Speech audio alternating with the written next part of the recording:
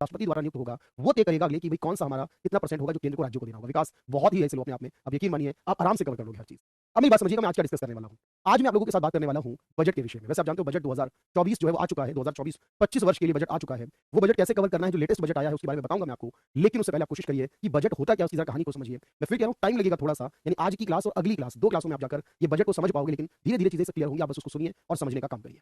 जो मैं कहूंगा तब लिखिएगा, जब मैं आपसे कहूँ सुनने के लिए तब सुनिएगा सिर्फ, और कुछ नहीं करना। अमूमन आप लोगों ने जाना है कि जब हम बजट बना रहे होते हैं सर, तो बजट क्योंकि ऐसा नहीं है कि कभी आता है कभी नहीं आता है, कोई ऐसा रैंडम प्रोसेस नहीं है।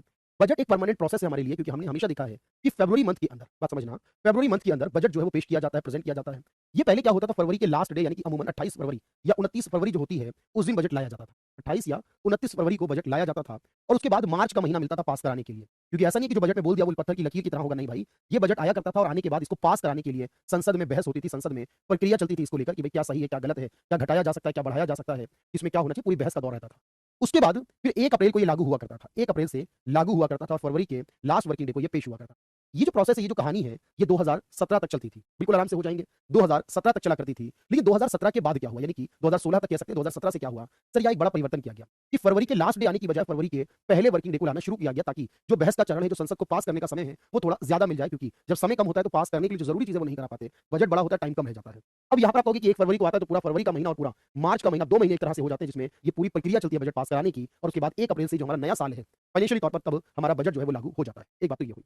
लेकिन बजट को हमारे संविधान में बजट नहीं बोला गया है, बजट को हमारे संविधान में क्या बोला गया, देखो, एनुअल फाइनेंशियल स्टेटमेंट। ध्यान रखना भाई, बजट को हमारे संविधान में क्या कहा गया है सर, एनुअल फाइनेंशियल स्टेटमेंट, वार्षिक वित्तीय विवरण कहा गया। और कहाँ कहा गया वो भी जरा याद रखिए। ये जो वार्षिक वित्तीय विवरण है यानी बजट है हमारा, ये हमारे संविधान का आर्टिकल नंबर 112 है। कौन सा है, संविधान का आर्टिकल नंबर 112 है। उसमें लिखा है कि केंद्र सरकार जो है हमारी, भारत सरकार, हर साल भारत के विकास के लिए एक स्टेटमेंट लिखा है जिसको बजट कहेंगे। और एक आर्टिकल नंबर 202 है जिसमें राज्यों के विषय में लिखा है कि राज्य की जो सरकार है हमारी, वो राज्य की सरकार जो है वो हमारा बजट पेश करेगी। अभी कुछ नोट नहीं करना, मैंने कहा ना, सिर्फ सुनते हुए जाना है कि सर अगर सवाल ये पूछे कि हमारे संविधान का कौन सा आर्टिकल बजट से संबंधित है, तो आप क्या कहोगे। या तो ऑप्शन में आर्टिकल 112 मिलेगा, अमूमन यही मिलता है, या राज्य सरकार का नाम लेके पूछे कि राज्य सरकार का बजट का प्रावधान किस आर्टिकल में है, तो क्या कहोगे आर्टिकल 202 में है। और सवाल ये पूछे कि संविधान के अंदर कौन सा शब्द लिखित नहीं है, अमूमन जब ये सवाल आता है कि शब्द नहीं है लिखित, तो जवाब होता है बजट। क्योंकि आपसे पूछेगा कि संविधान में बजट को किस नाम से दर्शाया गया है, बताया लिखवाया गया, यानी तो उसका नाम होगा वार्षिक वित्तीय विवरण। अब ये क्या होता है कि हर साल हमारा बजट बनाया जाता है। अब यहां सबसे इंपॉर्टेंट बात समझिएगा कि बजट में क्या होता है सर, कि बजट में हमेशा देखो यहाँ पर 3 साल की जानकारी होती है। ध्यान रखना मेरी बात का, जब कोई भी बजट लाया जाता है तो उस बजट में, अब देखो यहाँ पर, जब 1 फरवरी 2024 को बजट आया, तो ध्यान से समझना कि सर अभी जो बजट आया है वो कौन सा बजट है, वो कौन सा वर्ष चल रहा है।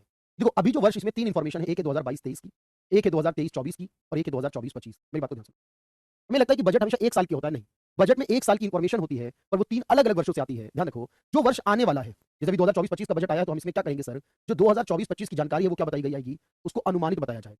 आज कुछ नहीं लिखवाया अभी तक, याद रखो, अनुमान लगाया जाएगा कि आने वाले 1 साल में, अगले 1 साल में 1 अप्रैल से 31 मार्च 2025 तक कितनी इनकम होगी, कितना खर्च होगा, इसको अनुमान लगाया जाए। इस अनुमान को हमेशा याद रखो सर, पिछले साल किसका अनुमान लगाया होगा, 23-24 का अनुमान पिछले साल लगाया होगा। फिर अनुमान की जानकारी को संशोधित किया जाता है, अनुमान की जानकारी में परिवर्तन किया जाता है, संशोधित किया जाता है, क्योंकि सर अनुमान हमेशा सटीक नहीं होता। हम कुछ समय के बाद, क्योंकि देखो ये अभी 2023-24 पूरा नहीं हुआ, मार्च में पूरा होगा, अभी भी इसके पूरा होने में समय है, लेकिन हम अंदाजा लगा सकते हैं कि हमारा खर्चा कितना बढ़ेगा, लगभग कितना घटेगा। देखना, तो जो चल रहा है सर उसमें संशोधित, और जो पूरा हो चुका है उसकी वास्तविक। अभी ध्यान से समझना, उसकी रियल वास्तविक, यानी कहने का मतलब है ये चल रहा है, ये पिछला है, ये अगला है हमारा। जब मान लो मैं आपसे कहूंगा कि 1 फरवरी 2025 को बजट आएगा, जब, अभी क्लियर होगा, जब 1 फरवरी 2025 को बजट आएगा तो बताओ क्या होगा। आप कहोगे सर तब उसमें एक तो 2023-24 का होगा, जवाब दो जल्दी जल्दी मुझे, एक 24-25 का होगा और एक 25-26 का होगा। बताओ क्या होगा। देखो, जो 2025-26 होगा उसका अनुमान लगाया जाएगा, जो 2024-25 का अनुमान है उसको संशोधित किया जाएगा, इस बार वाले अनुमान का अगले साल संशोधन होगा, और जो 2023 इस बार संशोधित, उसका वास्तविक पता चलेगा तब हमें। इस तरह से, यानी कि हमें कोई भी डेटा जो होता है उसकी 3 बार बताया जाता है। एक बार उसका अनुमान बताया जाता है, अगली बार उसको संशोधित, यानी कि संशोधित को इंग्लिश में क्या कहते हैं बताओ मुझे, इसको कहते हैं एक्चुअल, इसको कहते हैं रिवाइज्ड, संशोधित मतलब रिवाइज्ड, और इसको कहते हैं एस्टिमेटेड।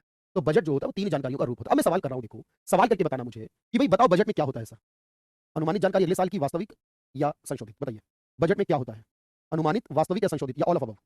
बजट में क्या होता है, अनुमानित, वास्तविक, संशोधित, कोई नहीं। 2 क्वेश्चन है, क्वेश्चन नंबर 1, क्वेश्चन नंबर 2, जो कह रहा हूं समझो। तो अब मुझे बताना यहाँ क्या कहोगे भाई। अब आप ये कहोगे सर कि बजट जो होता है उसमें अनुमानित भी होती है, वास्तविक भी होती है, संशोधित भी होती है, जवाब होगा all of above, all of above होगा ना। अब यहाँ पर कहोगे अनुमानित भी है, वास्तविक भी है, संशोधित भी है, रिवाइज्ड भी है, तो जवाब क्या होगा बताओ मुझे। तो आप कहोगे सर इसका जवाब कोई नहीं कह देगा, नहीं भाई कोई नहीं कह सकता, कोई नहीं का मतलब होता सारे गलत। पहले का ए होगा, ऑल होगा, लेकिन दूसरे में तो सर कुछ ऐसा बन ही नहीं रहा, क्या करें, मजबूरी में फंस गए ना। मैं इसलिए प्रैक्टिस करा रहा हूं, मजबूरी में जब फंसो तो कहां जाओगे, तो जाओगे आप सर, क्योंकि मुख्य तौर पर जो बजट होता है, मुख्य तौर पर जो बजट की बातें होती हैं, जो जानकारियां होती हैं, वो हमेशा देखो नन ऑफ दीस तब कहोगे जो सारे गलत होंगे, गलत नहीं है सारे, गलत नहीं है, नन ऑफ दीस तो नहीं होगा, सही वाली बात हो।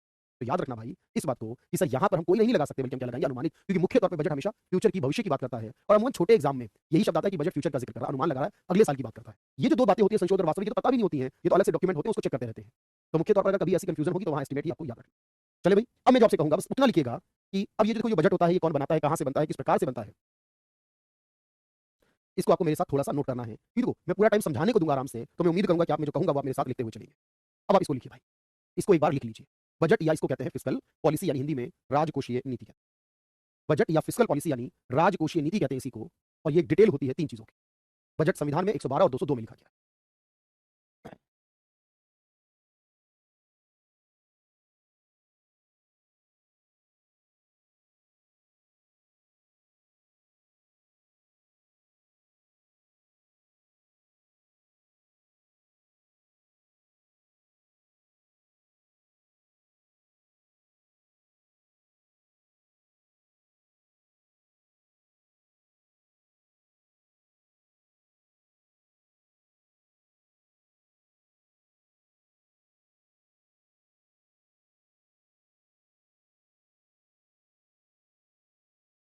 फर्स्ट बजट पास इन, इसमें सब कुछ बताऊंगा। फिस्कल यानी राजकोषीय, that use for the government. चाह ये जो शब्द है ना fiscal, it is use for the government, सरकार के लिए इस्तेमाल किया जाता है, ये सरकार की फंडेड पॉलिसी। कोष कहते हैं पैसे को, फिस्कल पॉलिसी। राजकोषीय यानी सरकार के फंड की पॉलिसी क्या होने वाली, एस्टिमेट होगी आने वाले साल की, रिवाइज होगी करंट जो चल रहा है, और एक्चुअल होगी पिछले साल।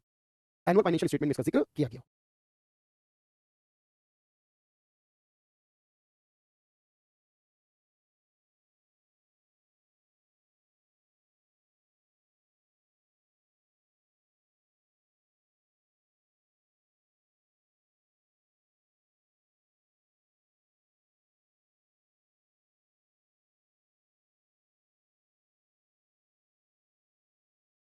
चलिए डन है सर, यहाँ तक आसान है बात। अब देखो जो मैं कहूँगा समझ के चलना, पूरा कॉन्सेप्ट क्लियर करूंगा इसमें आपको मैं। अब देखो मेरी बात समझो कि सर बजट को हर साल बनाया जा रहा है, इसका मतलब है पेश किया जा रहा है हर साल। अच्छा अब ये बताओ कि बजट पेश कौन करता है। देखो बजट को जो पेश करने का काम है, जब 1 फरवरी की हम बात करते हैं सर, बजट को इस साल किसने पेश किया है, निर्मला सीतारमण जी। यानी ये जिम्मेदारी, ये रिस्पॉन्सिबिलिटी किसकी है देश में, यूनियन फिनांस मिनिस्टर, जो देश का वित्त मंत्री होगा, उसकी जिम्मेदारी है कि वो हमेशा संसद में आकर बजट को पेश करे। लेकिन संसद तो 2 होती है हमारी, एक लोकसभा एक राज्यसभा। ध्यान से समझना, ये फरवरी महीने के पहले दिन पेश करते हैं, लेकिन किसी भी एक सदन में, फिनांस मिनिस्टर किसी भी एक सदन में, यानी कि किसी भी एक हाउस में, पार्लियामेंट के 2 हाउस होते हैं उनमें से एक हाउस में। अमूमन आप देखोगे कि सर आजादी के 70 सालों का इतिहास देखेंगे तो हमेशा लोकसभा में ही ज्यादातर मिलेगा, 70 में से कम 65 बार लोकसभा में, क्योंकि हमारे ज्यादातर जो मंत्री होते हैं वो लोकसभा से आते हैं, और वो बजट लाते हैं, अगर वो राज्यसभा से आते हैं तो भी वो लोकसभा में लाते हैं। लेकिन ला किसी में भी सकते हैं कि लोकसभा या राज्यसभा, लेकिन अगर कुछ सामान्य तौर पर कहाँ आता है, लोकसभा में आता है। अच्छा जब ये बजट लाया जाता है तो उसके बाद बजट को पास कराया जाता है। पास करने का काम कौन करता है, देखो बजट को पास करने में 2 महीने लग जाते हैं सर। मैंने बताया फरवरी का महीना, मार्च का महीना, क्यों, पहले लोकसभा पास करती है, फिर राज्यसभा पास करती है, फिर उसके बाद राष्ट्रपति साइन करते हैं। लोकसभा, राज्यसभा और उसके बाद राष्ट्रपति। जब ये तीनों हो जाते हैं, लोकसभा राज्यसभा राष्ट्रपति को साइन करने के लिए सिर्फ एक स्टैंप की तरह काम करता है इसमें, तो आप कहोगे तीनों मिलकर पास करते हैं, यानी हम कहेंगे संसद पास करती है। इन तीनों को मिलाकर हम ये बोलेंगे कि हमारी संसद पास करती है, उसके बाद इसको हम 1 अप्रैल से लागू करते हैं। लेकिन अब बजट बनाएगा कौन, बजट बनाना जो होगा वो वित्त मंत्रालय का काम होगा। मेरी बात समझना, बजट को बनाने का काम किसका होगा, आप कहोगे सर बजट को बनाना वित्त मंत्रालय का होगा। मैं आपको बताऊं, हमारा जो वित्त मंत्रालय है वो 6 विभागों में बटा हुआ है। हमारा जो वित्त मंत्रालय है वो कितने विभागों में बटा हुआ है, 6। तो 6 के 6 विभाग तो काम नहीं करेंगे ना इसके लिए। कभी कभी सवाल पूछता है वित्त मंत्रालय कौन सा बनाता, बजट कौन सा मंत्रालय बनाता है, कभी उसका कौन सा विभाग बनाता है, डिपार्टमेंट। तो मेरे भाई याद रखना, मैं 6 के नाम नहीं बता रहा हूं फिलहाल, लेकिन उसमें एक डिपार्टमेंट है जिसका नाम है डिपार्टमेंट ऑफ इकोनॉमिक अफेयर्स। देखो आजकल ये वाले सवाल भी कई बार पूछ लिए जाते हैं, आप देखना ध्यान से, कि जिसमें से ये पूछ लेता है कि कौन सा डिपार्टमेंट किस मंत्रालय के अंतर्गत आता है। कुछ बड़े बड़े तो हम जानते हैं, लेकिन जो छोटे छोटे कई बार आते हैं एग्जाम में वो नहीं जानते। तो हमें ये जीके तैयार करनी होती है। मैं आपको बताऊं, इस पर मैंने क्लास यूट्यूब पर कराई हुई है, अगर आप इसको सर्च करते हो ना, डिपार्टमेंट्स बाय राशिद सर करके, तो मिल जाती है ये क्लास आपको। आप उसको देखो कि वित्त मंत्रालय में या कॉमर्स और इंडस्ट्री मंत्रालय में या गृह मंत्रालय, बहुत पूछता है एग्जाम में इसमें, या विदेश मंत्रालय में कौन कौन से विभागों के नाम से चलता है, जिसमें आप जब 6 पढ़ोगे तो ये भी एक आएगा, यानी इसका मतलब ये बजट बनाने वाला विभाग होता है। अब यहाँ पर सारा बजट बनाया जाता है और बजट के सारे खर्चे किए जाते हैं। अच्छा मैं एक बात आपको और बताऊं कि बजट जो होता है, बजट में जितना भी खर्च होता है वो कहां से आता है। कोशिश यही है भैया अभिषेक हमारी, कि बजट में जो पैसा होगा सर, जो खर्च होगा वो आएगा कहां से, बजट का खर्चा आएगा कहां से। तो आप कहोगे सर बजट में जो खर्चे होते हैं वो आप टैक्स देने से आता है हमारा। देखो मैं आपको बताऊं, जो टैक्स हम लोग जमा करते हैं वो पैसा, सरकार जो उधार लेती है वो पैसा, कुछ नॉन टैक्स का जैसे फीस वगैरह मैं आगे बताऊंगा कहां कहां से पैसा आता है। लेकिन जो मैं कह रहा हूं समझना, हम इस पैसे का क्या करते हैं, देखो 2 हिस्से बना देते हैं। जितना सरकार के पास पैसा होता है हम उसके 2 हिस्से कर देते हैं। एक होता है सामान्य खर्चे करने के लिए और एक होता है इमरजेंसी के लिए। मेरी बात ध्यान से समझना, एक होता है सामान्य खर्चे के लिए, एक होता है इमरजेंसी के लिए। अगर मैं आपसे कहूं कि पैसा आता कहां से, वो हमें पता टैक्स वगैरह से आता है, लेकिन ये पूछूं कि पैसे के 2 हिस्से कर दिए। भाई हर परिवार में ऐसा होता है, याद रखो कि सर जैसे मान लीजिए सैलरी आती है 25,000 रुपए, अब हमें पता है कि इस 25,000 पूरे को खर्च नहीं करना होता है कभी। अमूमन ये कोशिश रहती है परिवार की कि इस 25,000 में से 20-22,000 रुपए का महीने का बजट बना के 3,000 रुपए रख दिया जाए, कि भाई मान लीजिए महीने भर में कभी ऐसी हो कि इमरजेंसी हो जाए, कोई मेडिकल इमरजेंसी हो जाए, वह जिसकी जितनी वैल्यू है, कोई 3,000 बचा रहा है, कोई 50,000 बचा रहा है, वो डिपेंड करेगा। यानी कुछ पैसा इमरजेंसी के लिए, मेहमान आ जाए उनके लिए, उस समय एक्स्ट्रा जो खर्च होंगे उसको कहां से करेंगे। बस समझ मेरे ध्यान से, जैसे हम अपनी लाइफ में करते हैं, अपने पॉकेट के अंदर ना, वॉलेट के अंदर सर एक छोटी सी पॉकेट अलग से रहती है। अमूमन नॉर्मल जो खर्च करने के वो पैसे अलग होते हैं, और एक 500 का 200 का या 2,000 का पहले था तो नहीं, उसको हम अलग से रख देते हैं साइड में, वो तब काम आएगा जो इमरजेंसी होगी। करते हैं ना भैया, आप लोग या नहीं करते अभी? तो अब मुझे बस ये समझाओ सरकार के लिए क्या होगा? तो सरकार क्या करती है कि जितना पैसा सरकार के पास आता है, सरकार उस चोर पॉकेट यानी छोटी वाली पॉकेट में, यानी उस पैसे को जो इमरजेंसी में यूज करेंगे, उसमें 30,000 करोड़ रख देती है। 30,000 करोड़ इमरजेंसी के लिए रख देती है अलग, क्योंकि सरकार का पैसा होता है इस बार करीब 50 लाख करोड़ का बजट है।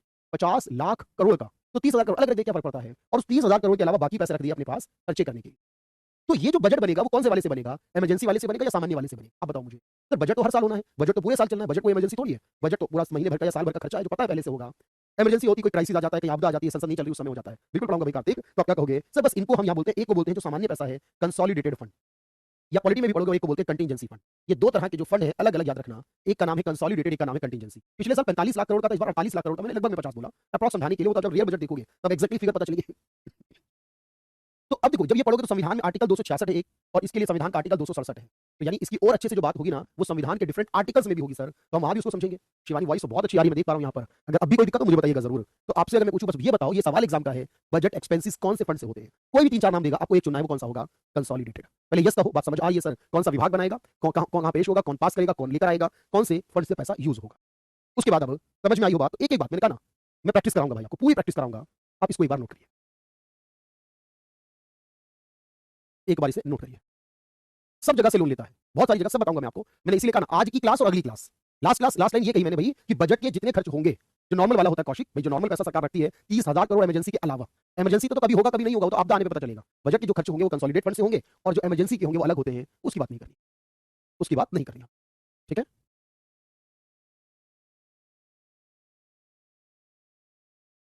कप्तान भाई थैंक यू। भाई देखो, कोशिश पूरी होती है कि बात समझ में आनी चाहिए। और अभी तो हमें कैरियर विल, आप देखो, आपको पता है कि sir career will SSC 2024, career will SSC 2024 एक यूट्यूब चैनल है जो हमारा, उस पर हम जीएस की प्रैक्टिस भी करा रहे हैं लगातार। आज मैं उस पर क्लास लूंगा दोपहर 3 बजे, और उसमें मैं बैंकिंग और आरबीआई की बात करूंगा। बैंकिंग और आरबीआई पर 40 इंपॉर्टेंट क्वेश्चन कराऊंगा। तो उसको अगर आप ज्वाइन करना चाहो तो कर सकते हो, वो डिपेंड करेगा आपके ज्वाइन करने ना करने पर, आपकी चॉइस है। वो तो यूट्यूब पर फ्री क्लास होती है, वो प्रैक्टिस मिलती है आपके लेवल को, कि आप जो कुछ पढ़ रहे होते हैं अलग अलग, वो कितना जस्टिफाई हो रहा है भाई। तो बजट एक्सपेंस यानी बजट जो पूरा बन रहा है वो कहां से होगा? मैं देख रहा हूं एक बार, श्याम मुझे दोबारा बताइए भाई, क्या दिक्कत है बताओ।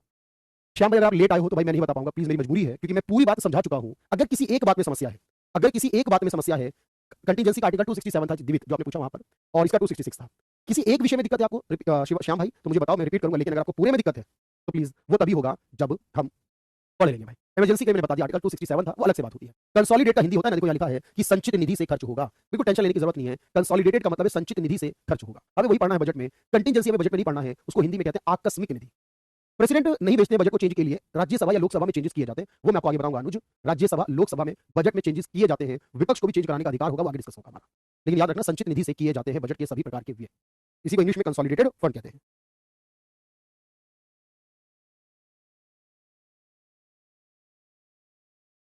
सॉरी,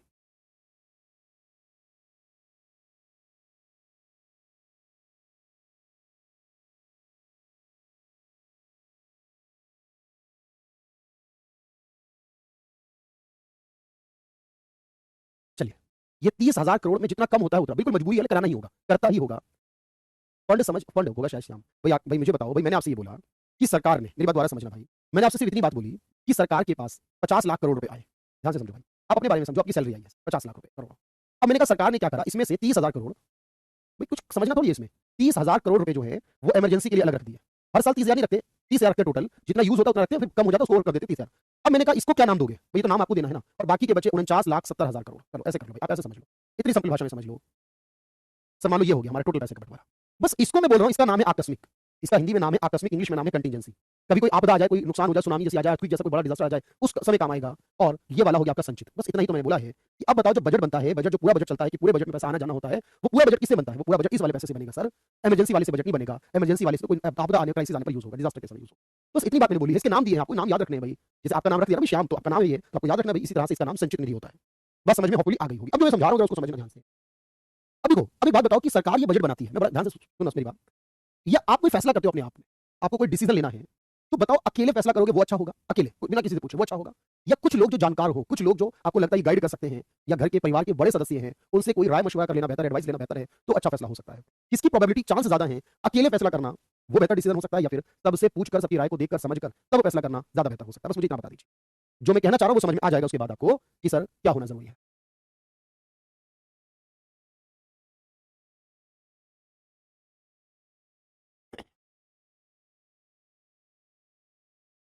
बताइए भाई।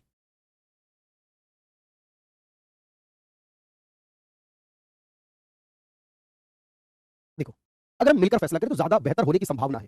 भी पॉसिबिलिटी है, फिर तो कुछ भी हो सकता है, पर बेहतर है सब मिलकर ले, यानी एडवाइस होनी चाहिए, राय होनी चाहिए सबकी, ज्यादा वो डिसीजन है। मैं बस ये समझा रहा हूं बजट के केस में, बजट में सिर्फ सरकार काम करे वो अच्छा होगा, या मुझे बताइए सरकार के साथ अगर आरबीआई से पूछ लिया जाए कि आरबीआई का गवर्नर को बुलाया जाए, एक शेयर बाजार होता है उसका सेबी कहते हैं, उसका अध्यक्ष होता है, उसको बुलाया जाए, जो इंश्योरेंस कंपनियां हैं देश की सारी उसका जो हेड होता है उसको बुलाया जाए, उसके अलावा एक हमारा पेंशन फंड होता है, पेंशन के लिए काम करता है, उसके हेड को बुलाया जाए, जितने भी सेक्रेटरी हैं हमारे, जो हमारे ये डिफरेंट डिपार्टमेंट है मंत्रालय के अंतर्गत, उनके सेक्रेटरी बुलाए जाए, चीफ इकोनॉमिक एडवाइजर देश के बुलाए जाए, और फिर मीटिंग की जाए कि देश के बजट को कैसे बनाया जाए तो बेहतर होगा। तो आप कहोगे सर ज्यादा बेटर ये होगा जब ग्रुप में होगा, कलेक्टिवली होगा, मिलकर होगा, तो इसका अर्थ यही समझना है कि एक ग्रुप बनाते हैं जिसे एफएसडीसी कहते हैं, समझना पहले बात, इसकी सिफारिश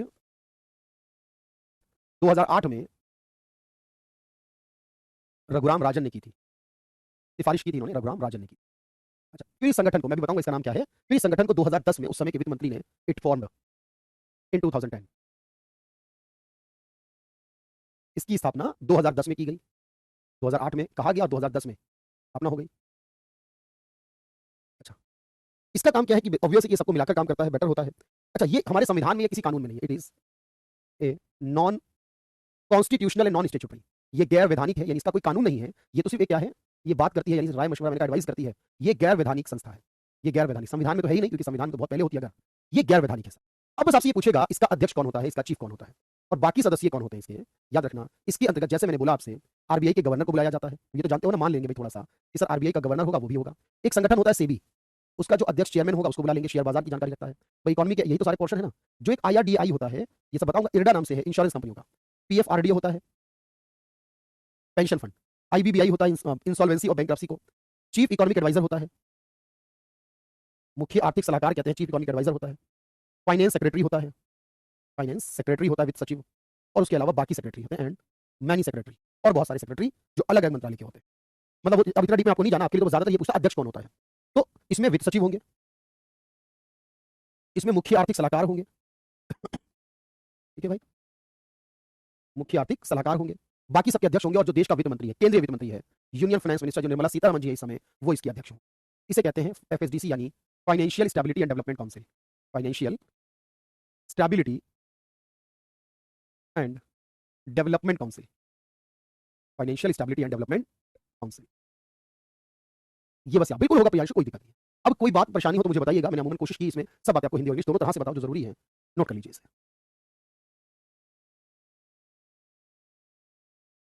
इसे नोट कर लीजिए।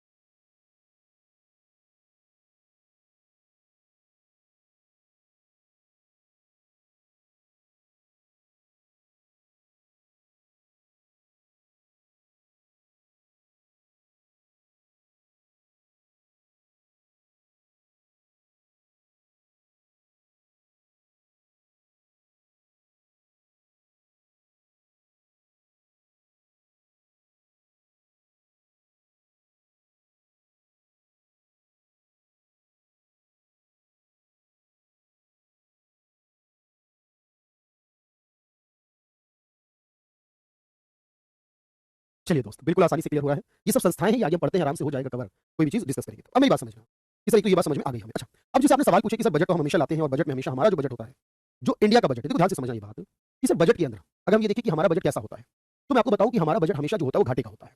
इंडिया का जो बजट है वो हमेशा कैसा होता है, वो घाटे का होता है। घाटे का होने का अर्थ ये है, देखो हम जब बजट बनाते हैं और जो हमारी इनकम और हमारे खर्चे होते हैं, देखो ध्यान से, जितनी हमारी इनकम है और जो हमारे खर्चे हैं, इनकम हमारी हमारे खर्चों के मुकाबले कम होती है। हमारी जो इनकम है यानी उसको प्राप्ति कहते हैं, सरकार को जो टैक्स वगैरह से मिलता है वो प्राप्ति है, और वो हमारे साल भर के खर्चे से काफी कम होता है। इसीलिए देखो क्या होता है सर, हमें अपने खर्च अगर पूरे करने हैं तो अमूमन आप देखोगे कि हमें उधार लेना पड़ता है सर, हर साल हमें बजट को पूरा करने के लिए उधार लेना पड़ता है, ऐसा होता है। तो अब ये बात आई कि अगर मान लो सर ऐसा हो कि उधार ना लेना पड़े, तो जब कभी ऐसा हो कि प्राप्ति और व्यय बराबर हो, तो वो कैसा बजट हुआ कि सर वो संतुलित है, उसमें कुछ उधार लेने की जरूरत नहीं है। जब प्राप्ति ज्यादा हो व्यय से, तो आप कहोगे कि सर अगर प्राप्तियां व्यय से ज्यादा हो तो भी हम क्या कहेंगे, अच्छी बात है, बचेगा, पैसा एक्स्ट्रा होगा, रिजर्व जाएगा। लेकिन जब प्राप्ति व्यय से कम हो, उसे कहते हैं घाटे का बजट। घाटे का बजट जब आएगा तो घाटे के बजट में क्या होगा सर, इसके लिए हमें उधार की व्यवस्था करनी होगी, क्योंकि इसको पूरा करने के लिए हमें उधार चाहिए होगा। अच्छा, अब सवाल ये आता है कि सर जब हम इसको उधार चाहिए तो अमूमन हम उधार लाएंगे कहां से, क्योंकि जब घाटे का बजट होगा तो घाटे के बजट के कारण जो हमारा उधार है वो लाना पड़ेगा, इससे हमारा उधार बढ़ेगा, इससे हमारे ऊपर जो उधार है, जो कर्ज है वो बढ़ेगा। लेकिन याद रखो सरकार ऐसा क्यों करती है सर, उधार का बजट लाती है घाटे का, इसके लाने की वजह ये होती है कि सरकार जो होगी वो डेवलपमेंट करने के लिए, भाई अगर अपने देश के पैसे से ही करे तो हो नहीं पाएगा इतना, हम उधार लेते हैं, सड़कें बनाते हैं, उधार के पैसे का इस्तेमाल करके स्कूल बनाते हैं, बिल्डिंग हॉस्पिटल बनाते हैं, तो उधार बढ़ने का एक नुकसान तो है, लेकिन इससे हमारा विकास भी बढ़ता है, क्योंकि विकास को बढ़ाने के लिए हमें यहाँ पर पैसा चाहिए, चाहे उधार का ही क्यों ना होना चाहिए। तो ये दो बात याद रखना। लेकिन हमारे लिए मजबूरी है सर कि हम जो उधार लेते हैं, आज की स्थिति इतनी खराब है हमारी कि हम जो उधार लेते हैं उसका ब्याज देने के लिए पैसा नहीं होता। उधार का ब्याज देने का पैसा भी नहीं होता हमारे पास। इतना उधार है, कितना है सर? लगभग मैं बात कर रहा हूँ, लगभग में ये ब्याज है 11 या 12 लाख करोड़। अब 11-12 लाख करोड़, 11-12 लाख नहीं, 11-12 लाख करोड़ रुपए हमें ब्याज देना है 1 साल का, 1 साल का ब्याज। अब इस ब्याज को देने के लिए कहां से लाए? तो हम नया उधार ले लेते हैं फिर। और सर नया उधार ले लेते हैं क्या करने के लिए? ब्याज देने के लिए। इससे और कर्जा बढ़ जाता है नहीं इतना पैसा। तो हम कहते हैं हम एक ऋण जाल में फंस गए, एक ऐसे जाल में फंस गए कि सर हमारा कर्ज उधार बढ़ रहा है, उधार की वजह से उसका ब्याज बन रहा है, ब्याज को देने के लिए फिर उधार ले रहे हैं, फिर उस उधार का ब्याज हो रहा है, फिर उसको दे रहे हैं उधार लेकर। ये जो परिस्थिति है भारत के विषय में या दुनिया के कई देशों के विषय में, पाकिस्तान हो या बांग्लादेश हो या श्रीलंका नेपाल हो, ये सारे ही देश लगभग इसी क्रम में है। तब कहोगे ऋण जाल बन जाता है। अब ये लेते कहां से? देखो, उधार लेने के 4 तरीके हैं अमूमन, 2 देश के अंदर, 2 देश के बाहर। देश के अंदर कौन होगा देने वाला? आरबीआई। देश के अंदर जो होगा वो आरबीआई देता है, और देश की जनता भी दे सकती है। देश के बाहर कौन है? दूसरा देश है, दूसरे देश की सरकार है, या फिर कोई संगठन है अंतरराष्ट्रीय, वर्ल्ड बैंक जैसा, आईएमएफ जैसा, वो दे सकता है। देश के बाहर से या देश के अंदर से। आप कहोगे जनता कैसे दे सकती है सर? आरबीआई तो देता है, समझ में आता है, जनता कैसे देगी? जब गवर्नमेंट कोई सिक्योरिटी यानी बॉन्ड वगैरह बेचती है, जैसे मान लो आप बैंक में पैसा रखते हो, बैंक में पैसा रखते हो, बैंक को पैसा देते हो, 1 लाख रुपए बैंक कहता है 2 साल बाद आके 1.5 लाख लेके जाना, ऐसा होता है। ऐसा ही आपको सरकार कहती है कि हम बॉन्ड दे रहे हैं आपको, बॉन्ड का मतलब आप हमें पैसा दीजिए, इसके बदले 1 साल, 2 साल, 5 साल के बाद हम ये पैसा आपको विद इंटरेस्ट वापस करेंगे। जैसे मैं पैसा बैंक में रखता हूं और मुझे वो एक एफडी का कागज देते हैं, ऐसे मैं पैसा गवर्नमेंट को देता हूं, मुझे बॉन्ड का एक कागज देते हैं, उतने समय बाद जाकर मैं पैसा ले लेता हूं। तो सरकार क्या करती है आजकल? जो भी काम करती है उसके पैसे जनता से लेती है। पैसे कलेक्ट किए जनता से, और उससे काम 1 साल 2 साल बाद वापस करेंगे ब्याज के साथ आपको। फिर उस पैसे का इस्तेमाल करके कुछ बना लिया, वहां से इनकम जनरेट शुरू कर दी, और वो जो इनकम जनरेट हुई उस पैसे से आपको पैसा आपका वापस आ गया। इससे क्या हुआ? आपने अपनी जो इनकम उसको कमा लिया है, वैसे आप बैंक में रहते तभी तो यही कमाते हैं। तो जनता भी दे सकती है, बॉन्ड वगैरह इशू करेगी सरकार। तो आज के लिए बस इतना ही पढ़ाऊंगा मैं। ये 2 स्लाइड आप नोट करेंगे मेरे साथ, ये 2 स्लाइड आप लिखेंगे भाई, लिखेंगे type of deposit budget. Budget 3 होगा, एक सरप्लस जब ज्यादा इनकम हो, बराबर वाले में बैलेंस, और घाटे वाला डेफिसिट वाला। इंडिया का बजट, जो इंडिया और मोस्ट ज्यादातर डेवलपिंग देशों का बजट घाटे का होता है। घाटे के बजट से उधार बढ़ता है लेकिन विकास भी बढ़ता है। देश में ब्याज देने के लिए उधार लेना पड़ता है, इसलिए इसको डेट ट्रैप में फंस गए हम लोग। इसको नोट करिए एक बार इसको नोट करिए, इसको नोट करिए।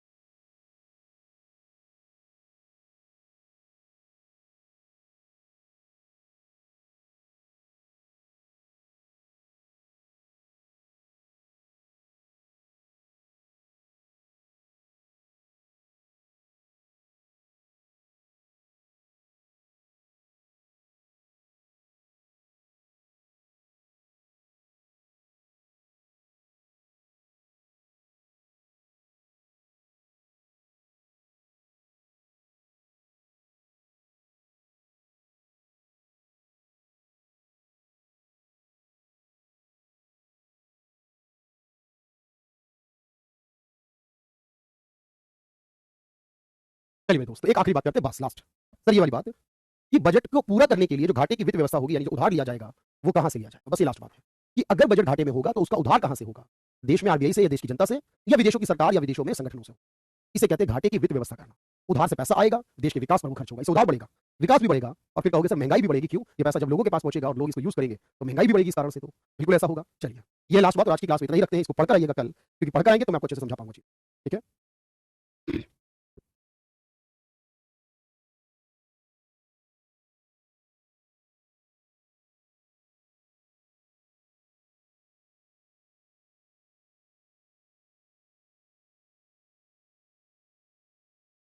चलिए भाई, तो नेक्स्ट टाइम मिलते हैं कल, होपफुली कल मिलते हैं यानी। Thank you everyone, thank you so much.